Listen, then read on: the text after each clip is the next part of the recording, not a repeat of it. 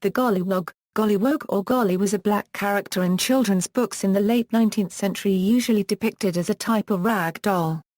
It was reproduced, both by commercial and hobby toy makers, as a children's toy called the Golliwog, and had great popularity in Europe and Australia into the 1970s.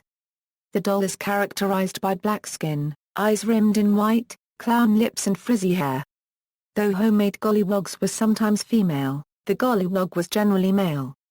For this reason, in the period following World War II, the golliwog was seen, along with the teddy bear, as a suitable soft toy for a young boy.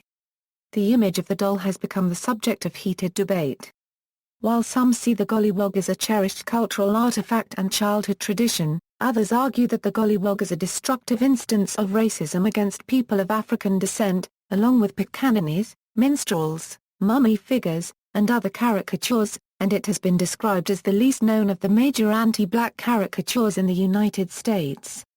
In recent years, changing political attitudes with regard to race have reduced the popularity and sales of golliwogs as toys. Manufacturers who have used golliwogs as a motif have either withdrawn them as an icon, or changed the name. In particular, the association of the golliwog with the pejorative term wog has resulted in use of alternative names such as golly, and golly doll. History. Florence Kate Upton was born in 1873 in Flushing, New York, the daughter of English parents who had emigrated to the United States 3 years previously. Following the death of her father, she moved back to England with her mother and sisters when she was 14. There she spent several years drawing and developing her artistic skills. In order to afford tuition to art school, she illustrated a children's book entitled The Adventures of Two Dutch Dolls and a Golliwog. The 1895 book included a character named the Golliwog, who was first described as a horrid sight, the blackest gnome, but who quickly turned out to be a friendly character, and is later attributed with a kind face. A product of the blackface minstrel tradition, the Golliwog had jet black skin, bright red lips, and wild woolly hair. He wore red trousers, a shirt with a stiff collar, red bow tie, and a blue jacket with tails, all traditional minstrel attire. Upton's book and its many sequels were extremely successful in England, largely because of the popularity of the Golliwog. Upton did not trademark her character, and its name, spelled Golliwog, became the generic name for dolls and images of a similar type. The Golliwog doll became a popular children's toy throughout most of the 20th century, and was incorporated into many aspects of British commerce and culture. For instance, some of Enid Blyton's books feature them, often as a villain and sometimes as heroes. Upton's Golliwog was jovial, friendly and gallant, but some later golliwogs were sinister or menacing characters. The Golliwog contributed enormously to the spread of blackface iconography in Europe. It also made its way back across the Atlantic in the form of children's literature, dolls, children's china and other toys, ladies' perfume, and jewelry. British jam manufacturer James Robertson and Sons used a golliwog called Golly as its mascot from 1910, after John Robertson apparently saw children playing with golliwog dolls in the United States. Robertson started producing promotional golly badges in the 1920s, which could be obtained in exchange for tokens gained from their products. In 1983, the company's products were boycotted by the Greater London Council as offensive, and in 1988 the character ceased to be used in television advertising. The company used to give away golly badges and small plaster figures playing musical instruments or sports and other such themes. The badge collection scheme was withdrawn in 2001. According to an editorial in the Times newspaper, golliwogs were banned in Germany in 1934, on the grounds they were inappropriate toys for children. In a statement reported by the BBC, Virginia C. Knox, previously brand director for Robertson's and later chief operating officer of the culinary brands division of RHM, told the Herald newspaper in Scotland in 2001 that the decision to remove the golly symbol from Robertson's jam and marmalade jars was taken after research found that children were not familiar with the character, although it still appealed to the older generations. "We sell 45 million jars of jam and marmalade each year and they have pretty much all got golly on them," said Ms. Knox. We also sell 250,000 golly badges to collectors and only get 10 letters a year from people who don't like the Golliwog image. Today, Robertson's golly badges remain highly collectible, with the very rarest sometimes selling for more than £1,000. An aniseed-flavored chewy confection called a blackjack was marketed in the United Kingdom from the 1920s with a gollywog's face on the wrapper. In the late 1980s, Chba, the manufacturer, replaced the image with the face of a black-bearded pirate. Art historian Sir Kenneth Clark said that the golliwogs of his childhood were examples of chivalry, far more persuasive than the unconvincing knights of the Arthurian legend. A classic contortionist act is the rag doll act, often performed in a gollywog costume, therefore also called the Golliwog act. Gollywog is racist insult. After the publication of Upton's first book, the term gollywog was used both as a reference to the children's toy, and later as a generic slang term for black people. In the UK and the Commonwealth, gollywog perhaps became wog, a racial slur first used in 1929 and applied to dark-skinned people worldwide.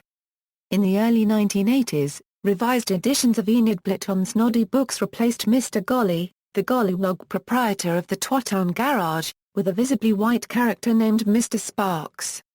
In March 2007, Greater Manchester Police seized 2 golliwogs from a shop after a complaint that the dolls were offensive. In September 2007, retail chain Zara put a T-shirt on sale in its UK stores with a little girl resembling a gollywog printed in the front. The design spurred controversy, coming only weeks after the company had been forced to pull a swastika emblazoned handbag from its shelves, although the swastika is also a religious symbol for Hindus and Buddhists. In September 2008, Amanda Schofield from Stockport claimed she was arrested for keeping a golly doll in her window. Greater Manchester Police denied this and said she was arrested after a series of complaints of alleged racially aggravated behaviour were made against her. In February 2009, Carol Thatcher, daughter of Margaret Thatcher, former British Prime Minister, in an off-air conversation at the BBC, referred to the black French tennis player Jo Wilfried Tsonga, competing in the Australian Open, as looking like a gollywog. The comment was considered by the BBC as wholly unacceptable, and Thatcher was informed that unless she apologised she would no longer be a reporter on BBC's The One Show. Thatcher stated that it was a silly joke and declined to make an unconditional apology. Thatcher claimed that her comment was a reference to the gollywog motifs that she saw in her childhood on jars of jam. In April 2009 she appeared on the BBC in an interview on The Andrew Marr Show for the first time since the scandal, defending her use of the word. The French publication Sportsweek claimed that Thatcher, in talking about a previous competition, referred to another player as the one who was defeated by the gollywog in the previous tour.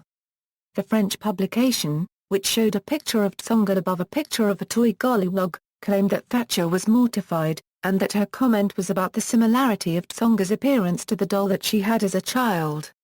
In March 2011, 2 prospective Conservative local councillors resigned from the party after their membership was suspended following complaints from fellow party members that they had used images of golliwogs as part of a protest against political correctness. Bill and Star Etheridge, a married couple from the West Midlands who were due to stand in council elections for the Dudley Borough, criticised the Conservative Party for going back on a pre-election pledge to curb political correctness, and felt that the action taken against them was stifling the right to free speech. They then defected to the UK Independence Party.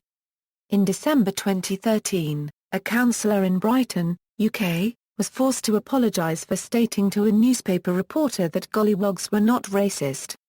CLLR Dawn Barnett was defending a local shop which was selling gollywog drinks mats.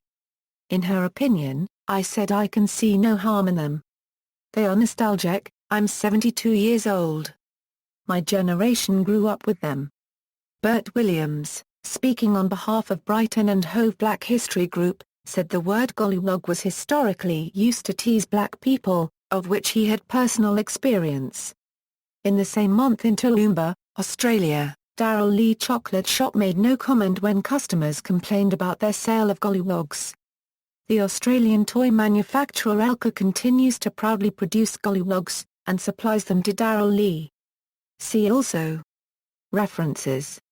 External links: The Adventures of Two Dutch Dolls and a Golliwog by Bertha Upton 1895 at Project Gutenberg, golliwogg.co. An Independent Guide to Golliwogs, The Golliwog Caricature, Jim Crow Museum of Racist Memorabilia. Article by David Pilgrim, Ferris State University, Michigan, gollydownunder.com. A Brief History of Golliwogs, Clean Plates. Golliwog License Plate, BBC News. A Row erupts over Golly Exhibition 1307, Gollies.